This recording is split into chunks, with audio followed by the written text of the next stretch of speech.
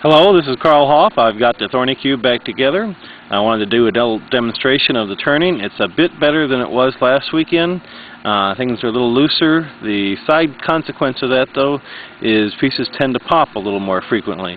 You can see how there's pieces aren't quite as tight as I would like them to be. The thing is, I don't think I can get them any tighter.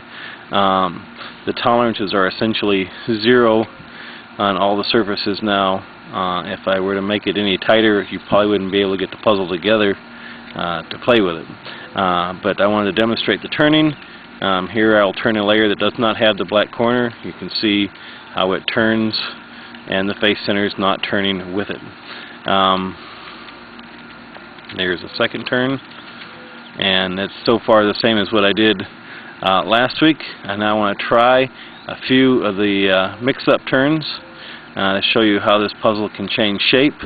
You do that by turning the slice layer by 45 degrees, but unlike the Thorny Cube, trying to turn a slice layer on this puzzle by itself is almost impossible. You'll get the same effect, though, by turning the face layers on opposite sides by 45 degrees. So I will go ahead and turn two opposite faces by 45 degrees. Taking my time here, trying to keep things from popping. We'll now turn this layer.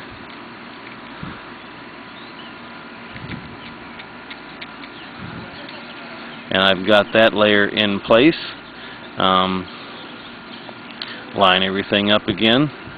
And you'll see now that I've got the slice layer turned by 45 degrees, I can turn one of the side faces, and again you'll see that the layer there and the pieces in the center are not rotating with the layer. However, you've got to be very careful here that pieces don't jam like they are here at the moment.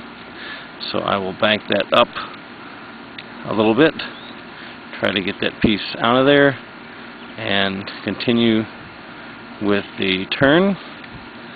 Again, taking my time so that pieces try to remain in the puzzle. Okay, so now I've got that side turned. You can see how things are starting to change shape here. What I want to do now is try to turn, let's try to turn this side by 45 degrees. There we go. That side has been turned by 45 degrees. Make sure all the pieces are where they're supposed to be. This side is aligned with the opposite face like it's supposed to be. So I will now go ahead and attempt to turn this side by 45 degrees. Going fairly well here at the moment. I don't think I could have done this last weekend without the thing falling apart, and it may yet do that to me this time.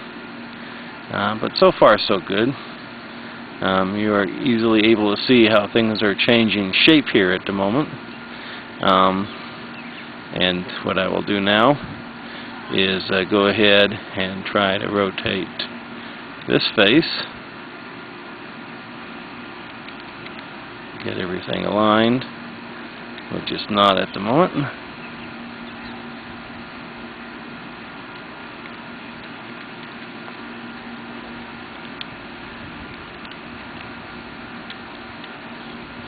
There we go. So now I should be able to turn this side, which is turning the opposite side, should be turning the opposite side with it.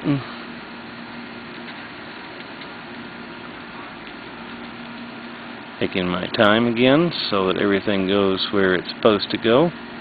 And there I see some pieces that are binding. So I get those free. And here you can see how I'm now, this side over here is rotating. Things here are going fairly well. Taking my time and rotating here a little bit more. And I've now completed that turn without anything falling out. And you can see over here, now things are really starting to take on some odd shapes. These pieces here are sticking out at odd angles. That's where the name of this puzzle came from. I'm calling it the Thorny Cube. And